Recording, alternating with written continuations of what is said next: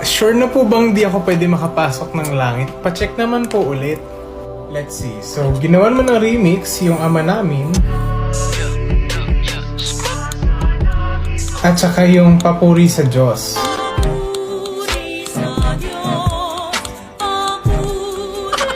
Tapos, tuwing communion, ang sagot mo sa katawan ni Kristo, macho. Tingin mo may natira pa sa langit points mo. Next! Ikaw, Iha, anong pangalan mo? Maria po. Ay, gusto namin yung pangalan mo dito sa langit, ha? Nako. Bakit po? So okay na sana, kaso pinost mo to sa TikTok mo.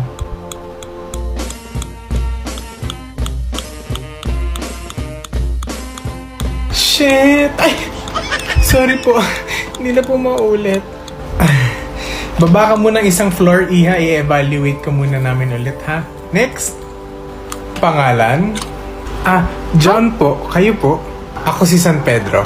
Okay? So, sabi dito, no? Ang lakas daw ng tawa mo sa picture na to, na merong caption na light stick ng mga Kristiyano.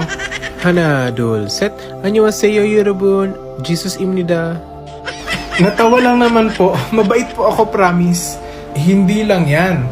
So, nag-post ka rin pala sa Facebook mo na ang sabi mo hindi ka magpapabakuna kasi God is all I need. Jesus is my vaccine. Apaka-selfish mo. Ginamit mo pa talaga yung pangalan ng Panginoon.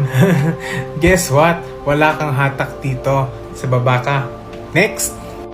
On the left corner. Nax, may announcer. Pero, sorry, hindi ka welcome dito. Sino nga ba ang taong ito? At bakit hindi siya welcome sa langit? Abangan yan sa Langit Points.